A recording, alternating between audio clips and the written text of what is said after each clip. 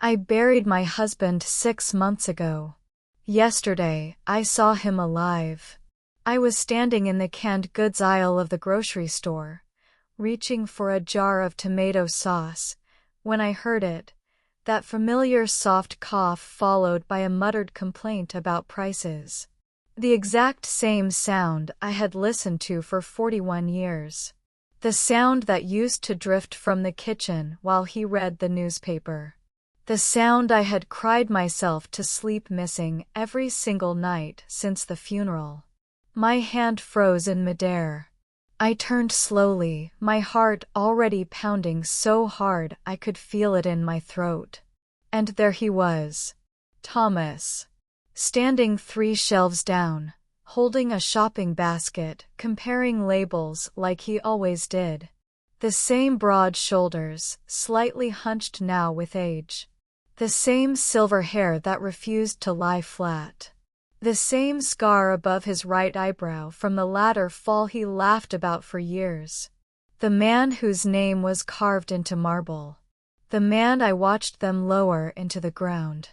The jar slipped from my fingers and shattered on the floor. Red sauce splattered across the white tiles like blood. People gasped. Someone said, "Ma'am, are you okay?" But I didn't answer. My feet were already moving toward him. "Thomas," I cried, my voice breaking apart. "Thomas, it's me." He turned. For one terrible, hopeful second I expected recognition. I expected shock. I expected his face to light up the way it always did when he saw me. Instead, he looked confused. Genuinely confused. "I'm sorry," he said slowly, carefully, as if speaking to someone fragile. "I think you have me mistaken for someone else." The words hit me harder than the sight of him. Mistaken. As if 41 years of marriage could be mistaken. As if I hadn't memorized every line of his face in the dark. For most of my life I believed I knew my husband completely. Thomas and I were married for 41 years. We met when I was 19 and he was 22. He was steady, quiet, the kind of man who showed up every day. We built a life together, a small house with a porch swing, 2 children, Sunday dinners, and all the ordinary things that make a marriage feel permanent. He worked as a regional sales manager for a marina supply company. It meant he traveled a lot, but I never complained. I had my own life too. I worked as a bookkeeper, raised our children, and kept our home running. We weren't rich, but we were comfortable. We had plans. We talked about traveling when he retired. We even picked out the places we wanted to visit. Then, 6 months ago, everything ended in one phone call. There had been a terrible car accident on the highway. Thomas was pronounced dead at the scene. The police said the car was completely destroyed. When they told me the body was too damaged to view, I believed them. I was in shock. The funeral was closed casket. I stood in the rain holding my son Lucas's arm and watched them lower the casket into the ground. I thought that was the end of my story. But it wasn't the end. It was only the beginning of the nightmare. After the funeral, I tried to keep living. I went back to work. I paid the bills. I learned how to sleep in an empty bed. I learned how to cook for one person. I learned how to be a widow. The life insurance barely covered the funeral and medical bills. What was left disappeared quickly into property taxes and the cost of simply existing. Our son Lucas called when he could, but we were never very close. Grief has a way of stretching distances that already exist. I was alone in the house we built together, surrounded by memories that now felt like ghosts. For 6 months I lived like that, quietly falling apart while pretending to be okay. I would stand in the kitchen and talk to Thomas like he was still there.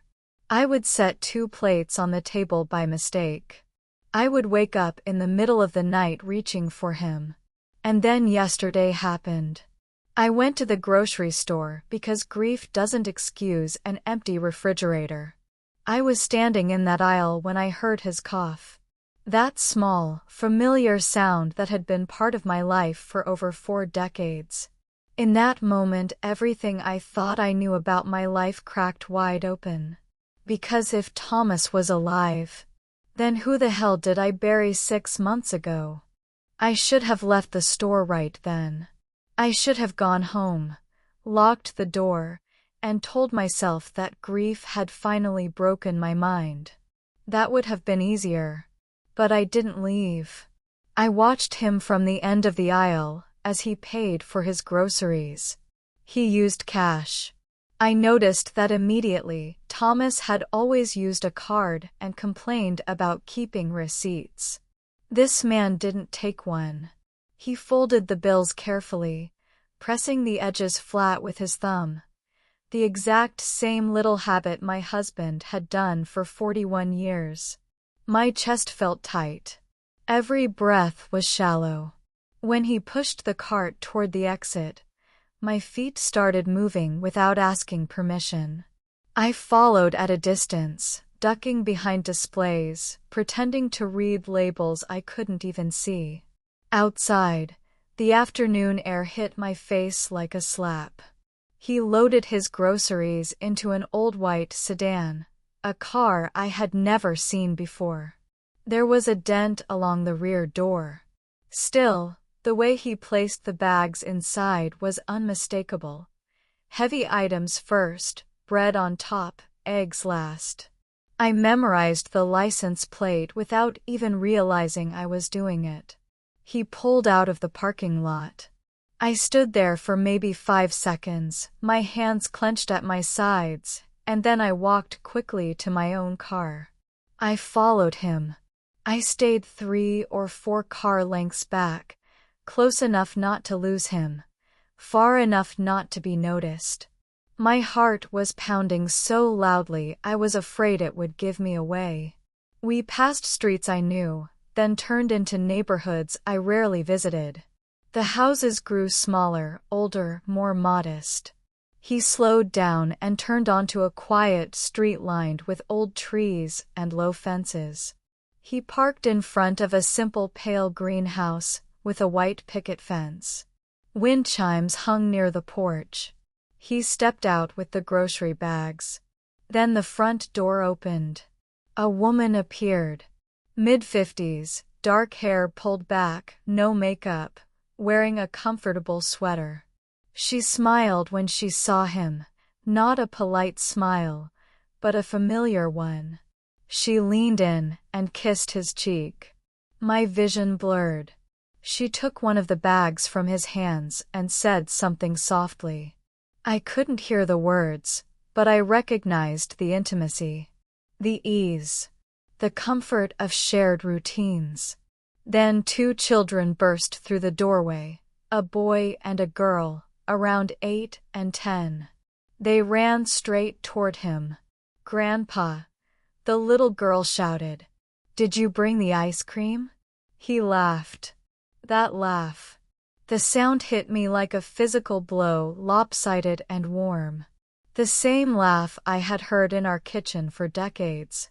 The laugh I thought I would never hear again. He crouched down, letting the children climb onto him, balancing the grocery bags with practiced skill. The woman watched them, smiling, her hand resting lightly on his back. They all went inside together. The door closed. I sat frozen in my car, parked halfway down the street, my hands gripping the steering wheel so tightly my knuckles turned white.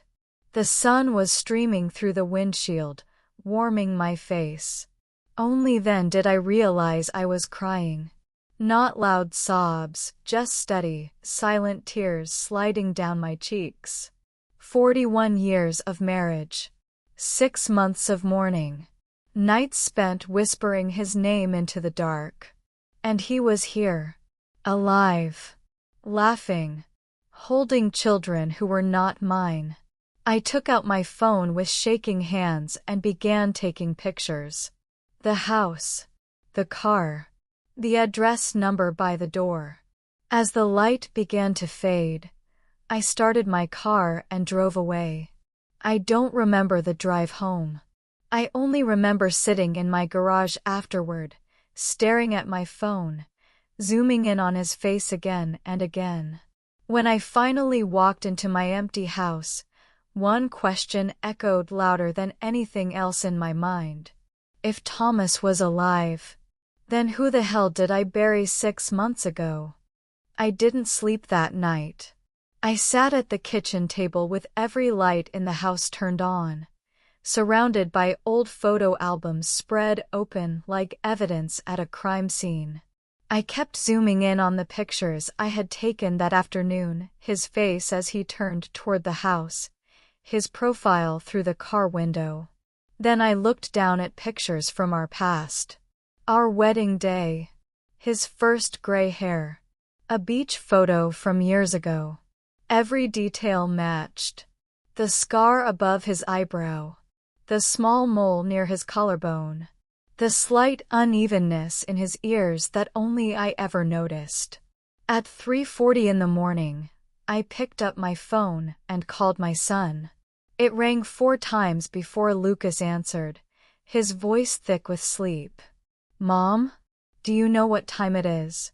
I need you to come over right now." A pause. "Mom, if this is about Dad again, we talked about this. You've been through a lot." "I saw him yesterday," I said, my voice steady. "I saw your father alive." Silence. Then a sharp breath. "Mom, what did you take? Did you miss your medication?" "I followed him home, Lucas. I saw where he lives. I saw his family." My voice didn't shake. That seemed to scare him more than anything. "Stay there," he said finally. "Don't go anywhere.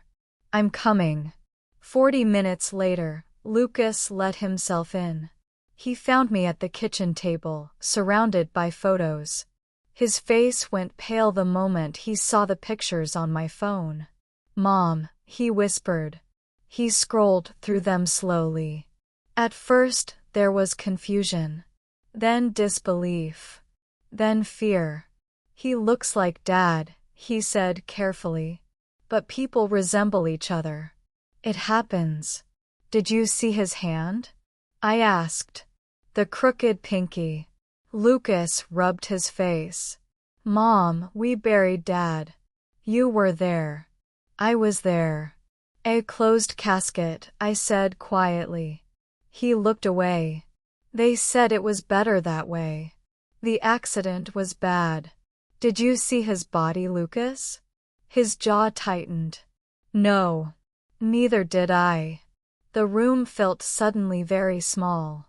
"I want to go back there," I said, standing up. "I want you to come with me." "Mom, this is not healthy. Are you coming or am I going alone?" He hesitated for a long moment. Then he whispered, "Fine. We'll go so you can see that it's not him. So you can let this go." We drove in silence.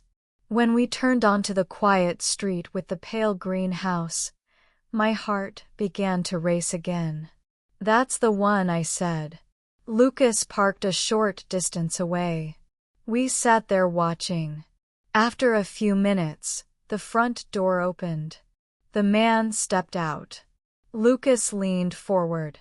The color drained from his face completely. He stared unmoving as the man walked to the car and drove past us.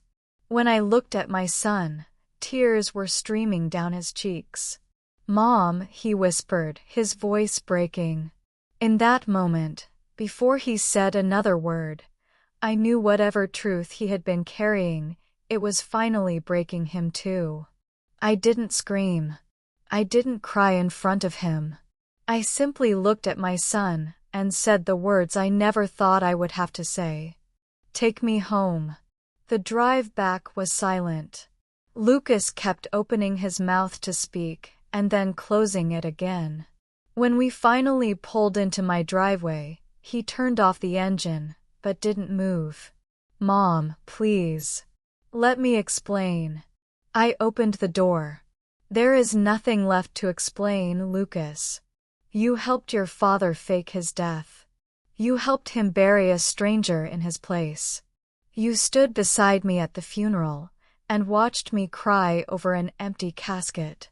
You let me believe I was a widow while you knew the truth." He started crying again.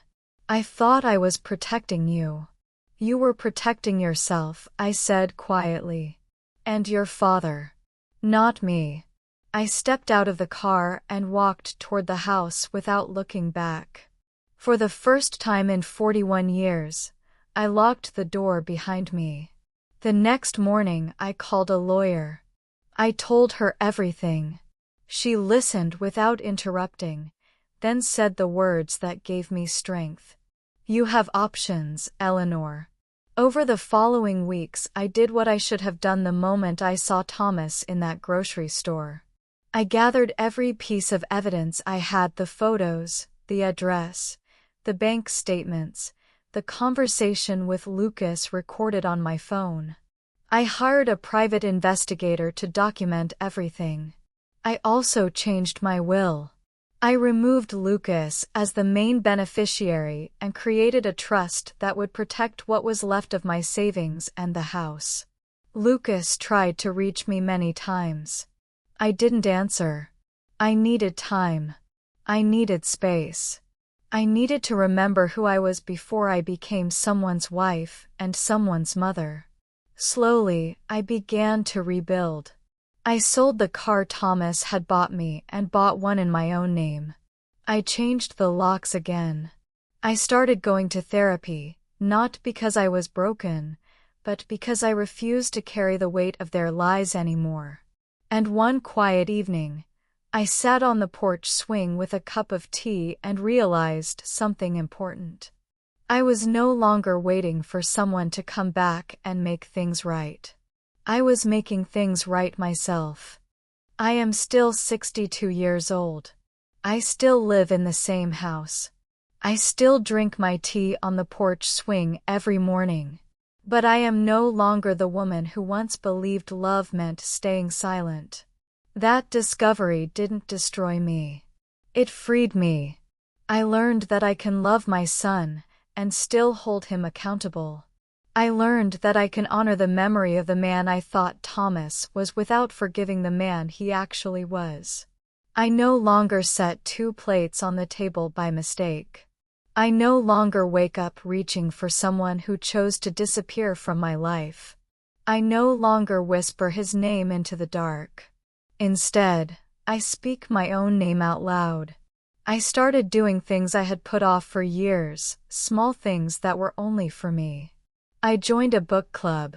I took a painting class. I even signed up for a trip next spring, this time without guilt or fear. Lucas still calls. Sometimes I answer. Our conversations are short and careful, but they are honest. He is slowly paying back what he can. He is learning that love without honesty is just manipulation. I don't know if we will ever be close again. But I do know that I will never again trade my peace for someone else's comfort. I am no longer just Thomas's widow. I am no longer just Lucas's mother. I am Eleanor, a woman who looked the truth in the eye and chose to keep living. And that feels like the most powerful transformation of all. Life did not return to what it was before. It settled into something quieter, but also something truer. I learned that betrayal doesn't always come from strangers. Sometimes it comes from the people who promised to love you the most. For 41 years, I believed that loyalty meant silence. I believed that love required sacrifice, even when that sacrifice cost me my truth. I was wrong. Love should never cost you your dignity. Family does not give anyone the right to erase you. I still love my son. But love now comes with boundaries. I will help him when he is honest. I will not help him when he is hiding. I am no longer the woman who cried in silence. I am the woman who stood up and spoke. Some truths arrive too late. But even late truths can save the rest of your life. This was my true story. If you're watching right now and you've ever discovered that the person you loved and buried was still alive, if you've ever realized that the life you thought you knew was built on a lie, if you've ever had to choose between silence and the painful truth, you are not alone.